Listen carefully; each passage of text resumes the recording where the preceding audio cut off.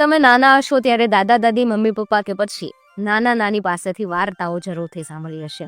એક એવો સમય હતો કે જ્યારે આવી વાર્તાઓ નિર્દોષ મનોરંજનની સાથે સાથે બાળકોમાં સંસ્કાર ચિંતનનું પણ કામ કરતી. પણ અફસોસ, આ ટેકનોલોજીના જમાનામાં એ વાર્તાઓ અત્યારે ભૂલાતી જાય છે. એમ છતાં પણ એક વર્ગ આજે પણ એવો છે કે જેને આવી જૂની વાર્તાઓ સાંભળવી ગમે છે. હેલો દોસ્તો, હું છું વૈશાલી અને આજે આપણે આવી જ એક સરસ મજાની વાર્તા સાંભળવાના છીએ અને વાર્તા છે સસલાની. તમારા બાળપણમાં કદાચ તમે આવી વાર્તાઓ સાંભળી હશે. જો સાંભળી હોય તો તમારા બાળપણમાં ખૂબ આવવા માટે તૈયાર થઈ જાવ, અને જો ના સાંભળી હોય તો ફરી એકવાર તમારા બાળપણને મારી સાથે જીવવા તૈયાર થઈ જાવ. વસંત ઋતુનો તો દિવસ હતો. સવારનો ખુશનુમા પહોર અને એક એકાંત ખીણની આ વાત. આ ખીણ તો બહુ હરિયાળી, ત્યાં પંખીઓ મધુર કલરવ કરતા હતા. એવામાં એક ભૂખ્યું વરુ શિકારની શોધમાં નીકળ્યું. આ સમય સવારનો અને ખુશનુમા એટલે એક પછી એક પશુ પોતાની બોર્ડમાંથી ને પોતાની જગ્યાઓમાંથી બહાર નીકળતા હતા. એમાં વરુની નજર દૂર દૂર એક જંગલી ગધેડો ચરતો હતો એના ઉપર પડી. હવે આ જંગલી ગધેડા એ પ્રદેશમાં બહુ વખણાતા, ખાસ્સા જાડા તગડા હતા અને એનામાં ચરબી પુષ્કળ પ્રમાણની. અને આ હૃષ્ટપુષ્ટ જંગલી ગધેડાને જોઈ અને વરુની દાઢ સળકી. વળી આ ગધેડો ઉંમરમાં વળી 1 વર્ષનો હશે, એટલે જંગલી ગધેડાની ઉંમરની દ્રષ્ટિએ હજુય કુમળો બાળક હતો. એ ફાકડા જંગલી ગધેડાને જોઈ અને વરુને થયું, વાહ, મારા માટે તો આ હારામાં હારો શિકાર. કેટલું બધું માંસ કુદરતે આમાં ઠાસીને ભર્યું, અને વળી કેવું કોમળ અને તાજું માંસ. તરત જ વરુ છલાંગ મારતું એ જંગલી ગધેડા આગળ પહોંચી ગયું. પરંતુ એ જંગલી ગધેડા ઉપર તરાપ મારવા ગયું કે જંગલી ગધેડો મીઠી જુબાનમાં બોલી ઉઠ્યો, વરુ કાકા, તમે મારો શિકાર કરવા આવ્યા છો ને તો ભલે આવ્યા. તમારા ખોરાક માટે તો કુદરતે અમારું નિર્માણ કર્યું, પરંતુ કાકા, મારે તમારા હિતની વાત તો કરવી જ જોઈએ ને. જોવો, કડકડતો શિયાળો હમણાં જ ગયો, એટલે શિયાળાની ઠંડીમાં હું બહુ દુબળો પડી ગયો. હવે તો વસંત ઋતુ બેઠી. હવે તો મને લીલું હરિયાળું ઘાસ ભરપેટ ચરવાનું મળશે, અને આ વસંત ઋતુના અંતે તો લીલું ઘાસ ખાઈને મારો દેહ બમણો થઈ જાય, બમણો. એ વખતે મારો શિકાર કરજો ને, તો તમારો શિકાર કરેલોય લેખે લાગશે. ભરપેટ તમને મારું માંસ પણ ખાવા મળશે. વરુને જંગલી ગધેડાની વાત વાજબી લઈ ગઈ. એણે કીધું, બારું ગધેડા, તારી વાત મારા મગજમાં ઉતરે તો છે. તું મારા હિતની વાત કરે પછી હું કેમ ન માનું? તો એમ જ કરજે. આ ઋતુમાં પૂરી થાય ને ત્યાં સુધીમાં જે જગ્યાએ મન થાય ને એ જગ્યાએ ફરજે, ખાજે, અને પછી હું તારો શિકાર કરીશ.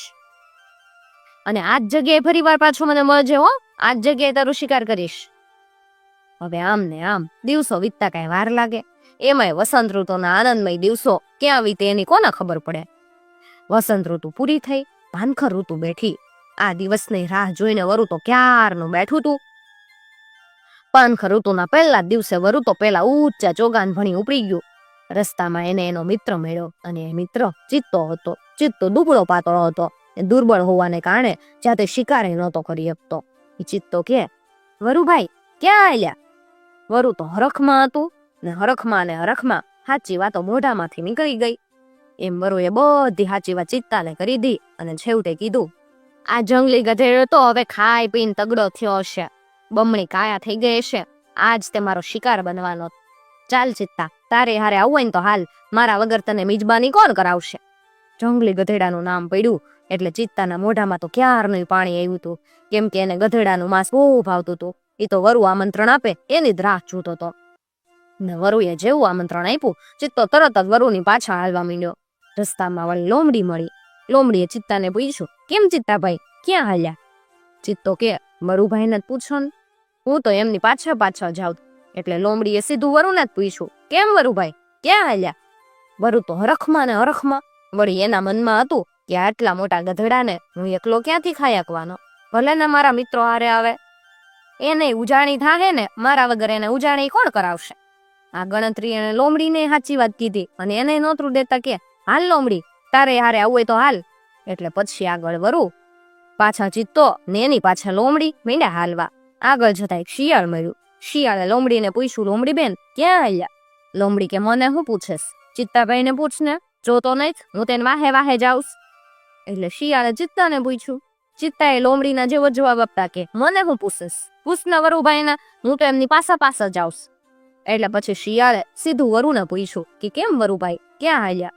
વરુ તો આજે હરખ પદુડું થઈ ગયેલું. એને બધી સાચી વાત શિયાળને કહી દીધી. પછી કે હાલ ભાઈ, તારે આવું હોય તો હાલ, આજ તો જંગલી ગધેડાની મોટી મિજબાની થાહે. અને આમ ને આમ તો લંગર હાલ્યું. આગળ વરુ, વાહે જીતો, એની પાછળ લોમડી અને સૌથી છેલ્લે શિયાળ. બીજી બાજુ જંગલી ગધેડાનો એક દોસ્ત હતો, ખાસ દોસ્ત, અને એ દોસ્તનું નામ હતું સસલો. આ સસલો બહુ શાણો, પોતાના શાણપણ માટે પ્રખ્યાત. જંગલી ગધેડાએ શાણા સસલાને બધી વાત ક્યારની કરી મૂકેલી. બિચારા ગધેડાને તો બહુ ચિંતા થતી હતી, પોતાના જીવની કિંમત તો કોને ન હોય. પરંતુ સસલાએ એને હૈયાધરણ આપતા કીધું તું, ગધેડા ભાઈ, તમે જરાય ન ગભરાતા, હું તમારો દોસ્ત પછી હું કામનો. ભલે હું બળમાં નાનો રહ્યો, પણ બુદ્ધિમાં તો મોટો છું ને. હું કળથી કામ લઈશ, ને એટલું યાદ રાખજો કે ના કરે બળ તે કરશે કળ. હવે પાનખર ઋતુના પહેલા જ દિવસે હું અહીંયા જાટા મારતો રહીશ. જેવું વરુ દેખાય એટલે તરત હું એની ભાઈબંધી કરી લઈશ. જોજો તો ખરા, એના પેટમાં પેશીને પછી પગ પોળા કરીશ. તમારે નિરાતે લીલું ઘાસ ચરો. ને વળી પાનખરના પહેલા દિવસે જ આ ચોગાનમાં તમે સુખેથી ચરજો, કોઈ જાતની ફિકર વિના ચરજો. તમારું વચન પોક ના કરતા, બાકી હું બધું સંભાળી લઈશ. સસલાના શાણપણ ઉપર જંગલી ગધેડાને પૂરો વિશ્વાસ હતો. ઈ તો આખી વસંત ઋતુ નિરાતે અને શાંત ચિત્તે ચર્યો. એથી એનો દેહ પણ ખૂબ હૃષ્ટપુષ્ટ થઈ ગયો. આ દરમિયાન એની કાયા પણ બહુ હારી ફૂલી ફાલી, અને પાનખરના પહેલા દિવસે ઊંચા ચોગાનમાં ચરવા આવ્યો. જો કે આજે એનું દિલ ધડક ધડક ધડક ખાતું હતું. બીજી બાજુ વરુનું લંગર આવ્યું. સૌથી આગળ વરુ, પાછળ ચિત્તો, એની પાછળ લોમડી અને એની પાછળ શિયાળ. ને એ લોકોને રસ્તામાં જ સસલો ભેટી ગયો. સસલો તો બધી વાત પહેલાથી જાણતો જ તો, એટલે ઈ તો સમજી ગયો કે આ બધા પોતાના મિત્ર જંગલી ગધેડાનો કોળિયો કરવા જ જાય. જંગલી ગધેડાની મિજબાની ઉડાવવા જઈ રહ્યા. તરત જ સસલો હિંમતથી વરુની સામે ગયો.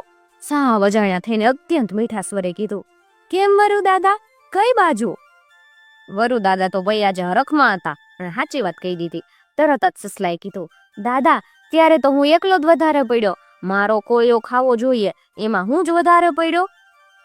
મને પણ સાથે લ્યો ને, ભલે હું નાનો રહ્યો, પણ બુદ્ધિ બધી તમારું કામ કરી દઈશ. તમને ખૂબ ખૂબ ફાયદા કરી આપીશ, માથે નહીં પડું. પોતાના શાણપણ માટે આ સસલો આખા પ્રદેશમાં પ્રસિદ્ધ હતો. વળી નાના મોએ એને કેટલું ખાવા જોવે, એટલે વરુએ એને સાથે ચાલવાનું કીધું. આમ વરુની આગેવાની નીચે ચારેય જણા આગળ ને આગળ હાલતા હતા. ચાલતા ચાલતા પેલા ઊંચા મેદાનમાં આવી ગયા. વરુની ભૂખી નજર ક્યારની જંગલી ગધેડાને શોધતી હતી. એ જ રીતે નાનકડા ચિત્તાની ચોર નજર પણ જંગલી ગધેડાને શોધતી હતી. પછી લોમડીને શિયાળ પણ જંગલી ગધેડાને જોવા જાણે આતુર હોય, એ તો કુદરતી છે. ચિત્તાની ચોર નજર આગળ આગળ ફરી વળી. એને જે જંગલી ગધેડાને ઊંચા ચોગાનમાં છે ધાર ઉપર ચડતો શોધી કાઢ્યો. એ ધાર પછી તરત જ ખૂબ ઊંડી ખીણ શરૂ થતી હતી. ચિત્તાએ તરત જ વરુનું ધ્યાન દોર્યું. છેવટે જંગલી ગધેડાને જોતા વરુના હૃદયે હાશ અનુભવી. એ બોલ્યો, ચિત્તા, છેવટે આ જંગલી ગધેડાએ વચન પાળ્યું તો ખરું. હાલ, સૌ પહેલા હું જ હુમલો કરું. અને આટલું કઈ વરુ તો એકદમ આગળ ધસ્યું. તરત જ ચિત્તો, શિયાળ, લોમડી એક બાજુ મૂકીને સસલો વરુની પાછળ પાછળ દોડ્યો. ને જ્યાં વરુ જંગલી ગધેડાના ગરદન ઉપર પોતાના તીક્ષ્ણ પંજો મારવા જાય, ત્યાં સસલાએ તેને શાંતિથી રોક્યો. વચમાં પડીને બોલ્યો, વરુ દાદા, આ શું કરો છો? આ તો તમે તમારું ભોજન બગાડો છો. તમારું અને અમારું સૌનું ભોજન બગાડો છો. વરુ કે, ઈ કેવી રીતે? સસલો કે, તમે ગધેડાની ગરદને તમારો તીક્ષ્ણ પંજો મારશો એટલે અડધું લોહી તો દળદળ વયું જાહે. જોતા નત, ગધેડાની ગરદન કેવી જાડી લથ જેવી, કેવી ટેટા જેવી, એમાં જેનું લોહી બધું ભર્યું. તમે આમ કરશો એટલે એનું બધું લોહી, હારું લોહી હશે ને, એ માટીમાં ઢોળાઈ જાહે. વરુ કે, તું સસલા કેમ કરશો? સસલો કે, જો વરુ દાદા, પાહે જે ભરવાડનો નેહડોત, એને તે જાદુ લઠ દોડું, ખાસું લાંબુ દોડું, એવું અબઘડીએ લઈ આવું. એ દોડાનો આપણે ફાંસો કરીએ. ફાંસો જંગલી ગધેડાની ગરદનમાં નાખીએ. પછી એક છેડો પેલા લીમડાના ઝાડના છેડે નાખશું, અને એ છેડે હું ઊભું રહીશ છેડાનું ધ્યાન રાખવા. ને બીજો છેડો તમે, ચિત્તાભાઈ, લોમડીબેન અને શિયાળભાઈ જોશથી ખેંચજો, ગજગ્રાહની જેમ. એટલે પછી એ દોડું ગળે ફાંસાનું આબાદ કામ કરશે. ગધેડાની ગરદન દોડામાં ફસાતા એના પ્રાણ નીકળી જશે, ડોળા ફાટી પડશે. ને જુઓ, આમાં જંગલી ગધેડાનું સેજે લોહી નહીં ઢોળાય અને મરશે. લોહી નહીં રેડાય, લાઠી પાંગશે નહીં ને સાપ મરશે. વરુને સસલાની વાત ગમી ગઈ. ચિત્તો, લોમડીને શિયાળે પણ એમાં શાખ પૂરી. એટલે પછી સસલો ઝટપટ દોડ્યો ભરવાડના નેહડે. ઝટપટ જઈને ભરવાડ પાસેથી દોડાનું ફીંડલું લઈ આવ્યો. પછી બધાની મદદથી સસલાએ દોરડાનું ફેરલું ખોલી નાખ્યું, દોરડું લાંબુ કરી નાખ્યું. વચમાં એણે ફાંસા આકારના દોરડાની આંટી મારી. પછી એણે એક ઝાડ ઉપર નજર દોડાવી. એ ઝાડ લીમડાનું હતું. લીમડાની એક ડાળીએ એણે દોરડાનો એક છેડો બાંધ્યો. આ લીમડો ઝાડ એ ઊંચા મેદાનની ઊંડી ખીણ બાજુની ધાર ઉપર ખાસ દૂર નહોતો, પણ એ ધારથી એકદમ નજીક હતો. મેદાનની ધાર અને ઝાડની વચ્ચે માંડ 8 વારનું અંતર હશે. હવે સસલો ગધેડાને આ ઝાડ અને આ ધારની વચ્ચે ખેંચી લેવો. વચ્ચોવચ્ચ જંગલી ગધેડાને ઊભો રાખ્યો અને પછી એના ગળામાં પેલો ફાંસો નાખ્યો. આટલું કર્યા પછી એણે વરુ ચિત્તો લોમડીને શિયાળને કીધું, તમે બધા લોકો આ બીજો છેડો ખેંચો, ગજગ્રાહની માફક જોશથી ખેંચો, તમારા જેટલું જોર હોય એટલું ખેંચો, જરાય દયા નો રાખશો. શિકારમાં દયા નો રાખે, દયા રાખે એ કઈ કામ ન આવે. અને ઉભા રહ્યો, હું પેલા લીમડાની ડાળ વાળા છેડે જાઉં, એ છેડાની હું નજર રાખું. તમારે છેડો જોશથી ખેંચશો એટલો જંગલી ગધેડાના ગળે બરાબર ફાંસો દઈ દેવાશે, એના ગળે બરાબર ટૂંપો દેવાશે. એથી કરીને ગધેડાનું સહેજે લોહી રેડાશે નહીં અને જોતામાં તો ગધેડો મરી જાહે. આમ એનો ઠંડો શિકાર આપણે કરી શકશું. આખું ખાવાનું કોને ન ગમે? આમાં તો જંગલી ગધેડાને આખો ને આખો ખાવાની વાત હતી. એના લોહીનું ટીપું સરખું નકામું વેડફવાની વાત નહોતી. એટલે સસલાના શાણપણ માટે સૌને માન થયું. બધાએ ખુશીથી દોરડાનો બીજો છેડો પકડ્યો અને સસલો લીમડા વાળો છેડો હાચવવા લીમડાની ડાળી ઉપર બેઠો. સસલો ઈશારો કરે એટલે ચારેય જણાએ ખેંચવાનું શરૂ કરવાનું હતું. અને બધી યોજના પૂરી થઈ પછી સસલાને ઈશારો કર્યો. ઈશારો કરતાની સાથે જ વરુ, ચિત્તો, લોમડી અને શિયાળે દોરડાનો પોતાનો છેડો ખેંચવા માંડ્યો. પછી તો દાંત કચકચાવીને લોકોએ દોરડાને ખેંચવા માંડ્યું. એ વખતે સસલાએ પોતાનો લાગ સાંજ્યો. એને લીમડા વાળો છેડો છાનો માનો પોતાના તીણા દાંત વડે કરડવા માંડ્યો. સસલાએ મનમાં શું વિચારી રાખેલું? એના મનમાં એણે ગોઠવી રાખ્યું હતું કે બિચારા જંગલી ગધેડાને મારી નાખવા આ ચાંડાળ ચોકડી કેવી એકઠી થઈ, પરંતુ આ નિર્દોષ ગધેડાની હત્યા નહીં થવા દઉં. વળી ગધેડો એક રીતે મારો નાતીલો, કેમ કે એનો વાન ધોળો અને મારોય વાન ધોળો. આ છેડો લીમડાની ડાળે બાંધવામાં મારો એક ખાસ હેતુ હતો. એ લીમડાની ડાળ બરડ હોય, મજબૂત ન હોય, બહુ ખેંચતા તૂટી જાહે ને કદાચ છે ન તૂટે તો મારા તીણા દાંત દોરડાને વળગાડીશ ને એમ કરીને દોરડાને કાપી નાખીશ.